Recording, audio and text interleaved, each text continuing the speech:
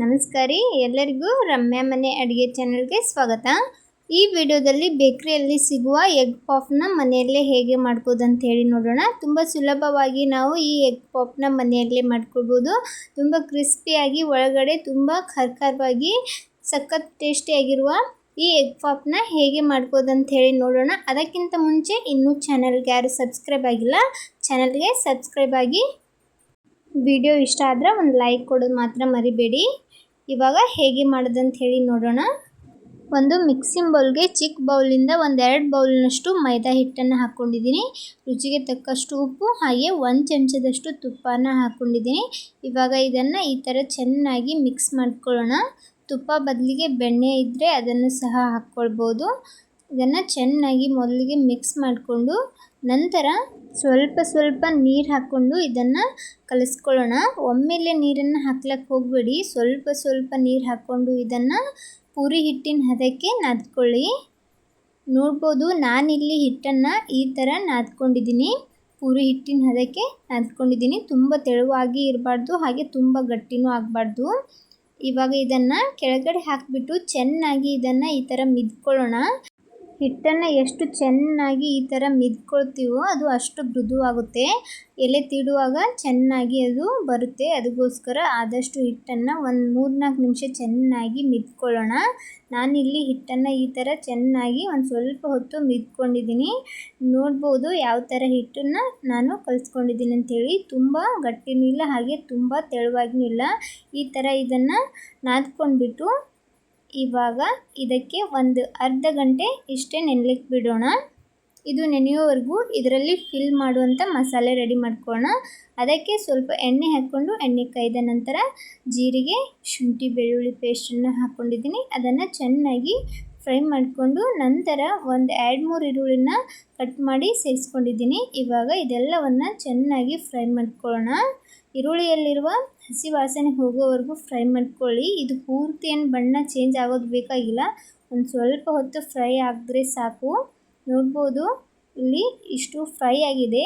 ಇದಕ್ಕೇ ಒಂದು ಅರ್ಧ ಚಮಚಕ್ಕಿಂತ ಕಡಿಮೆ ಅರಿಶಿನ ಪುಡಿ, ಒಂದು ಅರ್ಧ ಚಮಚದಷ್ಟು ಧನಿಯಾ ಪೌಡರ್, ಒಂದು ಅರ್ಧ ಚಮಚ ಜೀರಾ ಪೌಡರ್, ಹಾಗೆ ಒಂದು ಅರ್ಧ ಚಮಚದಷ್ಟು ಗರಂ ಮಸಾಲ, 1 ಚಮಚದಷ್ಟು ಅಚ್ಕಾರದ ಪುಡಿನ ಹಾಕ್ಕೊಂಡಿದ್ದೀನಿ. ನಂತರ ಒಂದು ಅರ್ಧ ಚಮಚ ಚಾಟ್ ಮಸಾಲ ಹಾಕ್ಕೊಂಡಿದ್ದೀನಿ. ನಿಮ್ಮ ಹತ್ರ ಯಾವ ಮಸಾಲೆ ಇರುತ್ತೆ ಅದನ್ನೇ ಹಾಕ್ಕೊಳ್ಬೋದು. ಹಾಗೆ ಲಾಸ್ಟಲ್ಲಿ ರುಚಿಗೆ ತಕ್ಕಷ್ಟು ಉಪ್ಪನ್ನು ಹಾಕ್ಕೊಂಡು ಇದನ್ನು ಚೆನ್ನಾಗಿ ಫ್ರೈ ಮಾಡ್ಕೊಳ್ಳೋಣ. ಮಸಾಲೆ ನಿಮ್ಮ ಹತ್ರ ಯಾವುದಿರುತ್ತೆ ಅದನ್ನು ಹಾಕ್ಕೊಂಡು ಮಾಡ್ಕೊಳ್ಬೋದು. ಸ್ವಲ್ಪ ಹೊತ್ತು ಮಸಾಲೆ ಎಲ್ಲ ಫ್ರೈ ಮಾಡಿಕೊಂಡು ನಂತರ ಇದಕ್ಕೆ ಒಂದು ದೊಡ್ಡ ಸೈಜ್ ಟೊಮೆಟೊನ ಕಟ್ ಮಾಡಿ ಸೇರಿಸ್ಕೊಂಡಿದ್ದೀನಿ. ಇವಾಗ ಟೊಮೆಟೊ ಸ್ಮೂತ್ ಆಗೋವರೆಗೂ ಇದನ್ನು ಚೆನ್ನಾಗಿ ಫ್ರೈ ಮಾಡ್ಕೊಳ್ಬೇಕಾಗುತ್ತೆ. ನಂತರ ಇದಕ್ಕೇ ಒಂದು ಸ್ವಲ್ಪ ಕೊತ್ತಂಬರಿನೂ ಸಹ ಹಾಕ್ಕೊಂಡಿದ್ದೀನಿ. ಇದೆಲ್ಲ ಚೆನ್ನಾಗಿ ಮಿಕ್ಸ್ ಮಾಡ್ಕೊಂಡ್ಬಿಟ್ಟು ಒಂದು ಸ್ವಲ್ಪ ಹೊತ್ತು ಇದನ್ನು ಮುಚ್ಚಿ ಬೇಯಿಸ್ಕೊಂಡ್ರೆ ಆಯಿತು. ಎಗ್ ಪಾಪ್ನಲ್ಲಿ ಹಾಕುವಂಥ ಸಿಂಪಲ್ ಮಸಾಲೆ ರೆಡಿ ಆಗುತ್ತೆ. ಇದು ತುಂಬ ಉದುರಾಗಿಯೂ ಇರಬಾರ್ದು, ಒಂದು ಸ್ವಲ್ಪ ಸ್ಮೂತಾಗಿ ಇರಬೇಕು, ತುಂಬ ಚೆನ್ನಾಗಿರುತ್ತೆ. ಇವಾಗ ಇದು ರೆಡಿಯಾಗಿದೆ. ಈ ಕಡೆ ಒಂದು ಬೌಲ್ಗೆ 1 ಚಮಚದಷ್ಟು ಬೆಣ್ಣೆ ಹಾಗೆ 1-2 ಚಮಚದಷ್ಟು ತುಪ್ಪನ ಹಾಕ್ಕೊಂಡಿದ್ದೀನಿ. ನಂತರ ಇದಕ್ಕೇ 1.5 ಚಮಚದಷ್ಟು ಮೈದಾ ಹಿಟ್ಟನ್ನು ಹಾಕ್ಕೊಂಡು ಇದನ್ನು ಚೆನ್ನಾಗಿ ಗಂಟಿಲ್ಲದ ಹಾಗೆ ಮಿಕ್ಸ್ ಮಾಡ್ಕೊಳ್ಳೋಣ. ನೋಡ್ಬೋದು ಈ ಥರ ಮಿಕ್ಸ್ ಮಾಡಿಕೊಂಡು ಇದನ್ನು ಸೈಡಲ್ಲಿ ಇಟ್ಕೊಳ್ಳೋಣ. ಇಲ್ಲಿ ನೋಡ್ಬೋದು ಹಿಟ್ಟನ್ನು ನಾನು ಒಂದು ಅರ್ಧ ಗಂಟೆ ಬಿಟ್ಟಿದ್ದೆ, ತುಂಬ ಸಾಫ್ಟ್ ಆಗಿದೆ. ಇವಾಗ ಇದನ್ನು ಚೆನ್ನಾಗಿ ಈ ಥರ ಉದ್ದು ಮಾಡ್ಕೊಂಡ್ಬಿಟ್ಟು ಇದಕ್ಕೆ ಒಂದೇ ಸೈಜಲ್ಲಿ ಉಳ್ಳೆಗಳನ್ನು ಕಟ್ ಮಾಡ್ಕೊಳ್ಳೋಣ. ಈ ಥರ ಮಾಡೋದ್ರಿಂದ ಉಳ್ಳೆಗಳು ಒಂದೇ ಸೈಜಿಗೆ ಆಗೋಕ್ಕೆ ಸಹಾಯ ಆಗುತ್ತೆ. ಆದ್ದರಿಂದ ಈ ಥರ ಮಾಡಿಕೊಂಡು ಕಟ್ ಮಾಡ್ಕೊಳ್ಳಿ. ನೋಡ್ಬೋದು ಇಲ್ಲಿ ಒಂದು 5 ಉಳ್ಳೆಗಳಾಗಿ ಮಾಡ್ಕೊಳ್ಬೋದು. ನಾನು ಈ ಥರ ಉಳ್ಳೆಗಳಾಗಿ ಮಾಡ್ಕೊಂಡಿಟ್ಟಿದ್ದೀನಿ. ಇವಾಗ ಇದನ್ನು ಒಂದೊಂದಾಗಿ ತೀಡ್ಕೊಳ್ಳೋಣ. ನಾನಿಲ್ಲಿ ಒಂದೊಂದಾಗಿ ತೀಡ್ತಾ ಇದ್ದೀನಿ. ಇದಕ್ಕೆ ಹಿಟ್ಟೇನು ಹಚ್ಚೋ ಅವಶ್ಯಕತೆ ಇಲ್ಲ. ಹಿಟ್ಟು ತುಂಬ ತೆಳುವಾಗಿಯೂ ಇರೋದಿಲ್ಲ, ಹಾಗೆ ತುಂಬ ಗಟ್ಟಿಯಾಗಿಯೂ ಇರೋದಿಲ್ಲ. ಆರಾಮಾಗಿ ಇದನ್ನು ತಿಡ್ಕೊಳ್ಬೋದು ಹಿಟ್ಟು ಹಚ್ಚದೇನೆ. ನಿಮಗೆ ಬೇಕಾದರೆ ಒಣ ಹಿಟ್ಟು ಹಚ್ಚಬೇಕು ಅನಿಸಿದರೆ ಹಚ್ಬೋದು. ನಾನಿಲ್ಲಿ ಹಿಟ್ಟನ್ನು ಹಚ್ತಾ ಇಲ್ಲ, ಹಾಗೆ ತಿಡ್ತಾ ಇದ್ದೀನಿ. ಇದನ್ನು ಎಷ್ಟು ಆಗುತ್ತೋ ಅಷ್ಟು ತೆಳುವಾಗಿ ತಿಡ್ಕೊಳ್ಬೋದು. ಮೈದಾ ಹಿಟ್ಟು ತೀಡುವಾಗ ಒಂದು ಸ್ವಲ್ಪ ಇದು ಜಲ್ದಿ ಹಿಗ್ಗೋದಿಲ್ಲ. ಸ್ವಲ್ಪ ತಾಳ್ಮೆಯಿಂದ ನಿಧಾನವಾಗಿ ಇದನ್ನು ತೀಡ್ಕೊಳ್ಳಿ. ನಿಮ್ಮ ಕೈಲಿ ಎಷ್ಟು ತೆಳುವಾಗಿ ತೀಡೋದಕ್ಕಾಗುತ್ತೋ ಅಷ್ಟು ತೆಳುವಾಗಿ ಇದನ್ನು ತೀಡ್ಕೊಳ್ಬೋದು. ಈ ಥರ ತೀಡ್ಬಿಟ್ಟು ಒಂದು ಪ್ಲೇಟಲ್ಲಿ ಒಂದು ಸ್ವಲ್ಪ ಹಿಟ್ಟನ್ನು ಉದುರಿಸಿ ಹಾಕ್ಕೊಳ್ಳಿ. ಇವಾಗ ಇನ್ನೊಂದನ್ನು ಸಹ ಅದೇ ರೀತಿ ತೀಡ್ಕೊಳ್ಳೋಣ. ತುಂಬ ದಪ್ಪಾಗಿನೂ ತೀಡೋಕ್ಕೆ ಹೋಗಬೇಡಿ, ಹಾಗೆ ತುಂಬ ತೆಳುವಾಗಿನೂ ತೀಡೋದಕ್ಕೆ ಹೋಗಬೇಡಿ. ಇವಾಗ ಇದನ್ನು ಸಹ ಈ ಥರ ನಾನು ತೀಡ್ಕೊಂಡಿದ್ದೀನಿ. ಇವಾಗ ಅದ್ರ ಮೇಲ್ಗಡೆ ಮತ್ತೆ ಒಂದು ಸ್ವಲ್ಪ ಮೈದಾ ಹಿಟ್ಟನ್ನು ಉದುರಿಸ್ಕೊಂಡು ಹಾಕ್ಕೊಳ್ಳಿ. ಹಾಗೆ ಹಾಕೋಕ್ಕೆ ಹೋಗಬೇಡಿ, ಇಲ್ಲಾಂದರೆ ಒಂದೊಂದು ಅಂಟ್ಬಿಡುತ್ತೆ. ಒಂದು ಸ್ವಲ್ಪ ಮೈದಾ ಹಿಟ್ಟನ್ನು ಡಸ್ಟ್ ಮಾಡಿಕೊಂಡು ಮೇಲ್ಗಡೆ ಒಂದೊಂದಾಗಿ ಹಾಕ್ಕೊಳ್ಳಿ. ಇವಾಗ ನೋಡ್ಬೋದು, ಒಂದು 5 ಎಲೆನ ಈ ಥರ ತೀಡ್ಕೊಂಡು ಇಟ್ಕೊಂಡಿದ್ದೀನಿ. ಇವಾಗ ತಳಗಡೆ ಒಂದು ಸ್ವಲ್ಪ ಹಿಟ್ಟನ್ನು ಹಾಕ್ಕೊಂಡು ಮೇಲ್ಗಡೆ ಒಂದು ಎಲೆಯನ್ನು ಹಾಕ್ತಾಯಿದ್ದೀನಿ. ಹಾಕ್ಕೊಂಡು ಅದರ ಮೇಲ್ಗಡೆ ನಾವು ರೆಡಿ ಮಾಡಿಟ್ಟಿರುವಂಥ ಬೆಣ್ಣೆ, ತುಪ್ಪ ಹಾಗೂ ಮೈದಾ ಹಿಟ್ಟನ್ನು ಕಲಸಿ ಪೇಸ್ಟ್ ಮಾಡಿ ಇಟ್ಕೊಂಡಿದ್ವಲ್ಲ, ಅದನ್ನು ಹಚ್ಕೊಂಡು ತೆಳುವಾಗಿ ಸ್ಪ್ರೆಡ್ ಮಾಡಿ ಮೇಲ್ಗಡೆ ಒಂದು ಸ್ವಲ್ಪ ಮೈದಾ ಹಿಟ್ಟನ್ನು ಉದುರಿಸ್ಕೊಳ್ಳಿ. ಈ ಥರ ಮೈದಾ ಹಿಟ್ಟನ್ನು ಉದುರಿಸ್ಬಿಟ್ಟು ಮತ್ತೊಂದು ಎಲೆಯನ್ನು ಅದರ ಮೇಲ್ಗಡೆ ಈ ಥರ ನಿಧಾನವಾಗಿ ಹಾಕ್ಕೊಳ್ಳಿ. ನಂತರ ಇದಕ್ಕೂ ಸಹ ನಾವು ರೆಡಿ ಮಾಡಿಟ್ಟಿರುವಂಥ ಪೇಸ್ಟನ್ನು ಸ್ವಲ್ಪ ಹಾಕ್ಕೊಂಡು ಇವಾಗ ಕೈಯಿಂದ ಚೆನ್ನಾಗಿ ಎಲ್ಲ ಕಡೆ ಸ್ಪ್ರೆಡ್ ಮಾಡ್ಕೊಳ್ಳಿ. ನಿಧಾನವಾಗಿ ಎಲ್ಲ ಕಡೆ ಹತ್ತೋ ಹಾಗೆ ಇದನ್ನು ಹಚ್ಕೊಳ್ಳಿ.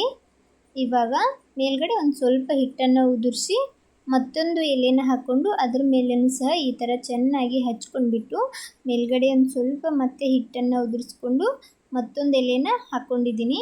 ಇವಾಗ ಎಲ್ಲ ಎಲೆನೂ ಈ ಥರ ಹಾಕ್ಕೊಂಡಿದ್ದೀನಿ.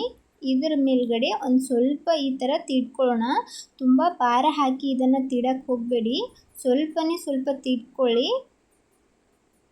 ನಾನಿಲ್ಲಿ ನಿಧಾನವಾಗಿ ಇದನ್ನು ಈ ಥರ ತೀಡ್ಕೊಂಡಿದ್ದೀನಿ. ಒಂದು ಸ್ವಲ್ಪ ಸೈಜು ದೊಡ್ಡದಾಗುತ್ತೆ ಅಷ್ಟೇ.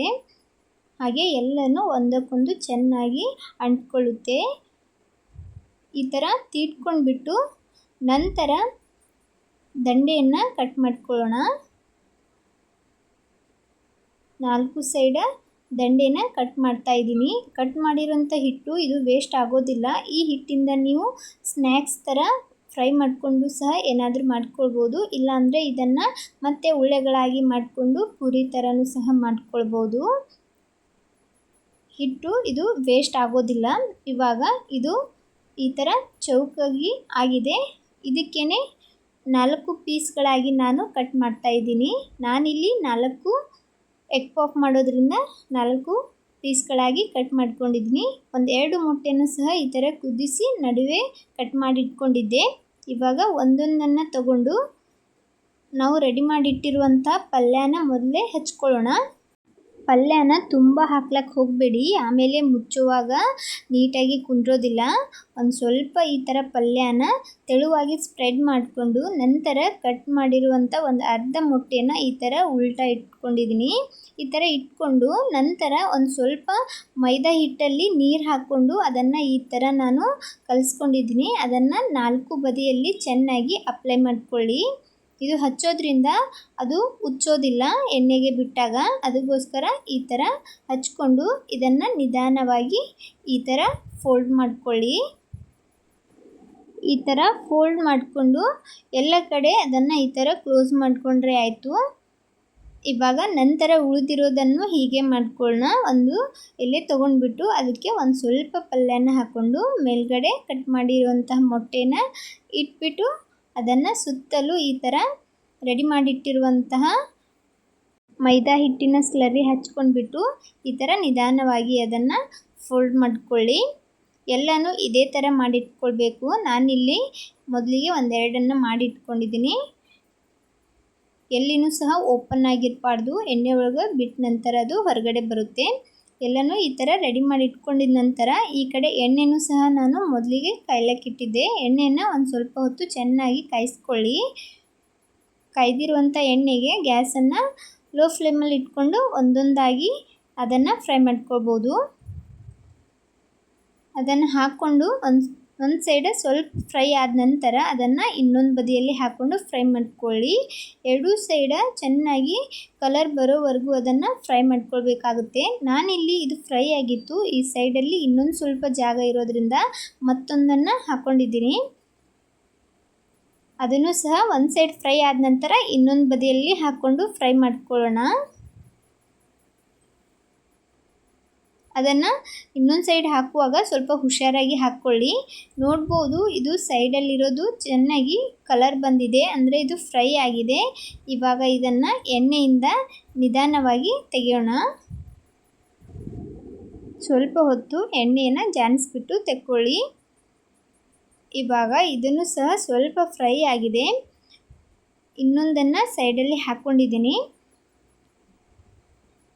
ನೋಡ್ಬೋದು ಇದನ್ನು ರೆಡಿ ಆಗಿದೆ. ಇದನ್ನು ಸಹ ಎಣ್ಣೆ ಜಾನಿಸ್ಬಿಟ್ಟು ತೆಗೆಯೋಣ. ಇದು ಜಾಸ್ತಿ ಎಣ್ಣೆನೂ ಸಹ ಹಿಡಿಯೋದಿಲ್ಲ. ನೋಡ್ಬೋದು ರೆಡಿ ಆಗಿರುವಂಥ ಎಗ್ ಪಾಪನ್ನು ನಾನು ಈ ಪ್ಲೇಟಲ್ಲಿ ಹಾಕ್ಕೊಂಡಿದ್ದೀನಿ. ಕಲರ್ ಕೂಡ ತುಂಬ ಚೆನ್ನಾಗಿ ಬಂದಿತ್ತು. ಮೇಲ್ಗಡೆ ತುಂಬ ಕ್ರಿಸ್ಪಿಯಾಗಿ, ಒಳಗಡೆ ಖಾರವಾಗಿರುವಂಥ ಎಗ್ ಪಾಪ್ ರೆಡಿಯಾಗಿದೆ.